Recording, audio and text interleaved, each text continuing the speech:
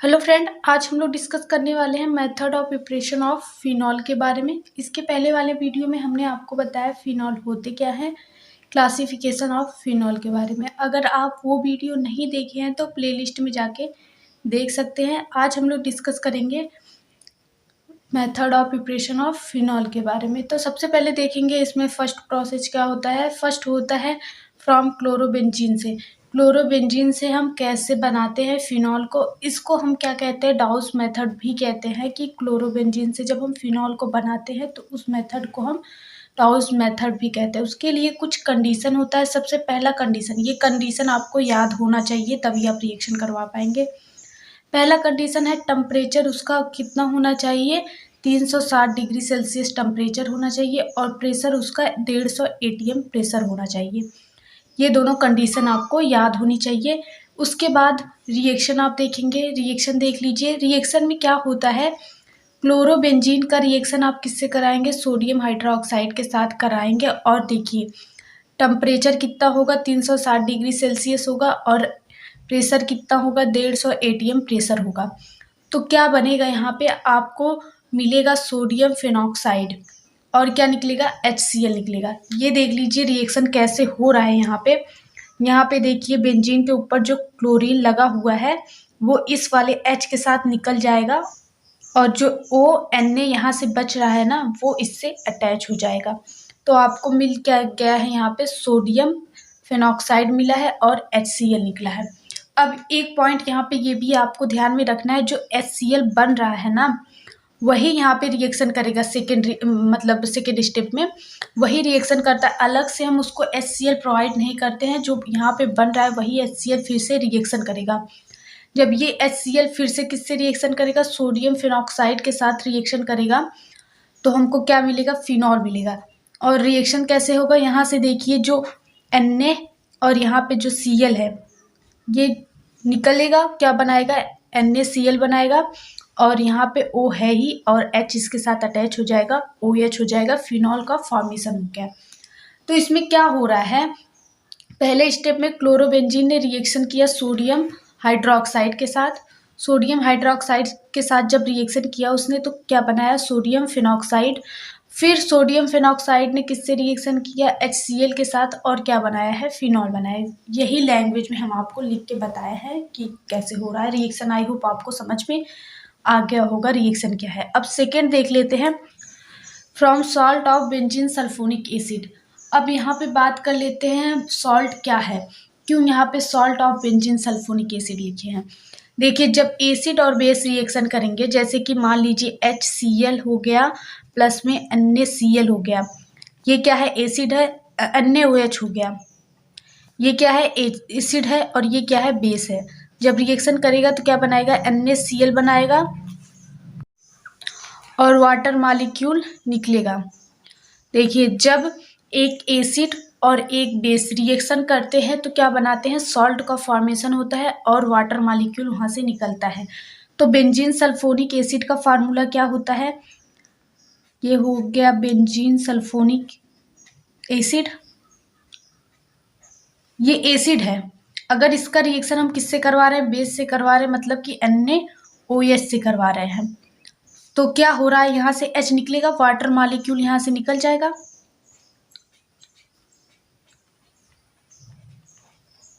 यहाँ पे क्या लगेगा, H निकलेगा और क्या लगेगा, Na लग जाएगा। ये हो गया Na प्लस में H2O।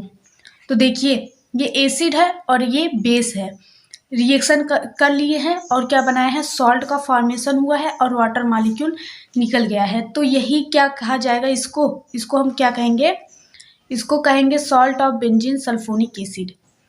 Salt of benzene sulphonic acid. I hope ये आपको समझ में आ गया, यहाँ पे salt of benzene sulphonic acid हम क्यों कह रहे हैं। कंडीशन देख लेते हैं। कंडीशन में टेम्परेचर होना चाहिए आपका 320 डिग्री सेल्सियस टेम्परेचर आपका होना चाहिए। ये आपको कंडीशन ध्यान में रखना है कि टेम्परेचर कितना रहना चाहिए। यहाँ पे प्रेशर का कोई कंडीशन नहीं है लेकिन टेम्परेचर का है।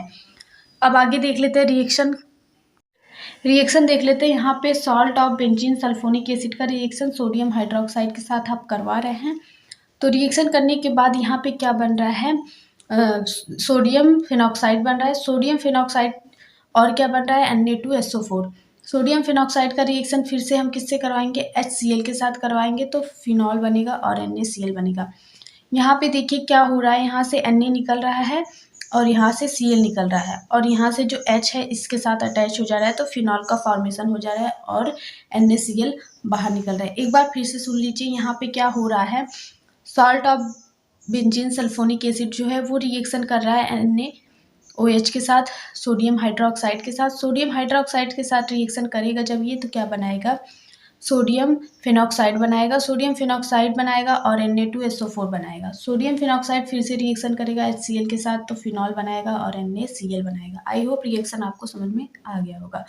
थर्ड रिएक्शन देखते हैं, फार क्यूमीन के साथ रिएक्शन करते हैं। इसको हम क्यूमीन प्रोसेस भी कहते हैं और क्यूमीन का फार्मूला ये है, ये क्या है, क्यूमीन का फार्मूला है। इसको हम ऑक्सीडाइज करेंगे जब, तो क्या होगा, ये दोनों O जो हैं यहाँ पे अटैच हो जाएंगे, C और H के बीच में दोनों O अटैच हो जाएंगे तो ये क्या बना आपका, क्यूमीन हाइड्रोफिनॉक्साइड।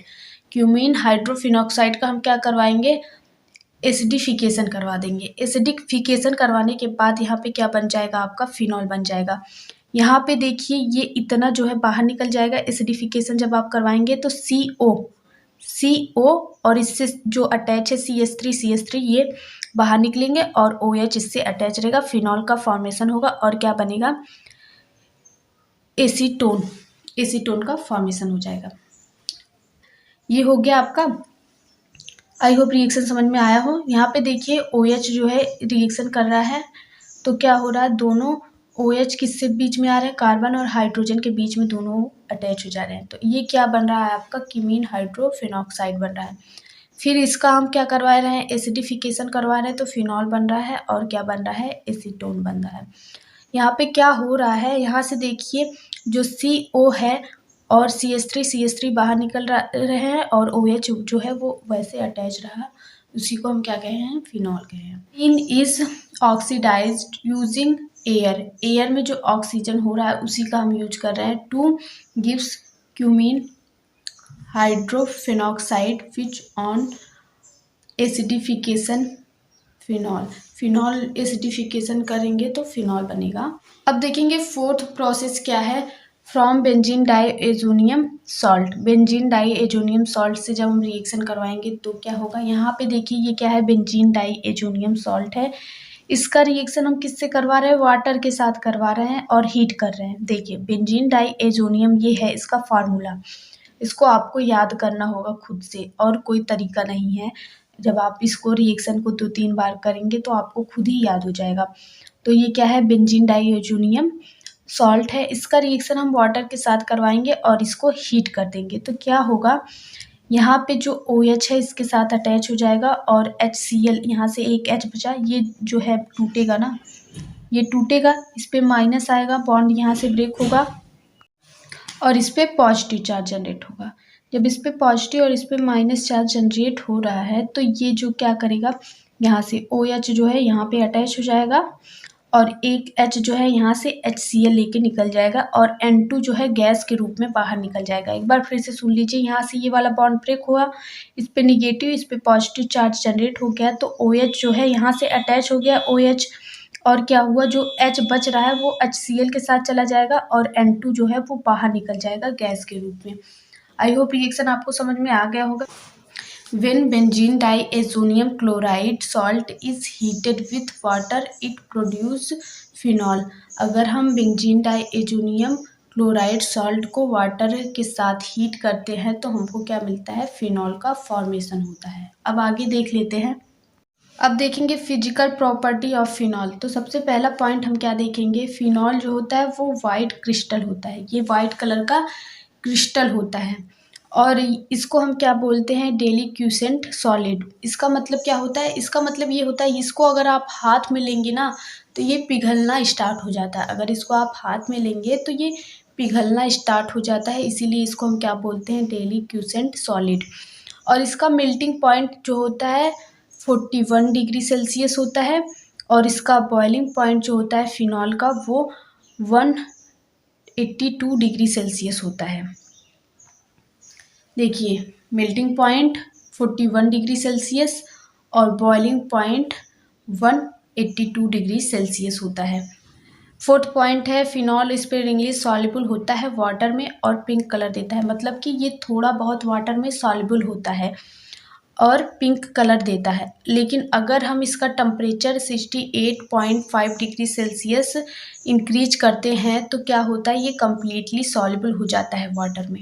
आई होप आपको समझ में आ रहा होगा। फिनॉल थोड़ा बहुत वाटर में सॉल्युबल होता है और पिंक कलर देता है, लेकिन टेम्परेचर अगर हम इतना बढ़ा देंगे तो वो कम्प्लीटली सॉल्युबल हो जाता है वाटर में। आई होप ये समझ में आया होगा आपको। फिफ्थ पॉइंट क्या है, ये जो है इसका स्मेल जो होता है, इसका ऑर्डर जो होता है, स्मेल जो होता है, ये फिनॉलिक होता है। फिनॉलिक का मतलब अगर आप हॉस्पिटल वगैरह में जाते होंगे तो थोड़ा हॉस्पिटल थोड़ा अजीब स्मेल नहीं करता, वो जो स्मेल होता है वही स्मेल क्या होता है, फिनॉलिक स्मेल होता है। या फिर आप वॉशरूम वगैरह को साफ करने के लिए जो यूज़ करते हैं, लिक्विड टाइप का होता है, उसको उसका स्मेल भी क्या होता है, फिनॉलिक होता है। सिक्स पॉइंट देखते हैं, फिनॉल को हम डिसइंफेक्टेंट इसका नेचर होता है, इसीलिए इसको हम कहाँ यूज करते हैं, हॉस्पिटल में यूज करते हैं, वॉशरूम में यूज करते हैं। इसका नेचर कैसा होता है, डिसइंफेक्टेंट नेचर होता है, इसीलिए इसको हम हॉस्पिटल और फिर वॉशरूम में यूज करते हैं। अब देख लेते हैं लिखेंगे कैसे इसको। फर्स्ट पॉइंट क्या है, phenol is white crystalline deliquescent solid. Second point है melting point of phenol 41 degree Celsius, boiling point of phenol 182 degree Celsius. और फोर्थ पॉइंट क्या है, phenol is sparingly soluble in water and form pink solution with water. Above 68.5 degree Celsius, phenol is completely soluble in water. अब fifth point क्या है, phenol has characteristic phenolic order, इसका order जो होता है वो फिनॉलिक होता है। सिक्स पॉइंट क्या है, phenol has disinfectant nature so it use in hospital and in washroom. इसको ऐसे आप याद कर लेंगे या फिर ऐसे समझ लेंगे, ये इसका क्या है, फिजिकल प्रॉपर्टी है। अगर वीडियो आपको अच्छी लगी हो तो लाइक करिए, चैनल पर नए हैं तो चैनल को सब्सक्राइब कर लीजिए। Thank you for watching this video. अगर आप स्क्रीनशॉट लेना चाहते हैं तो फिर ले सकते हैं।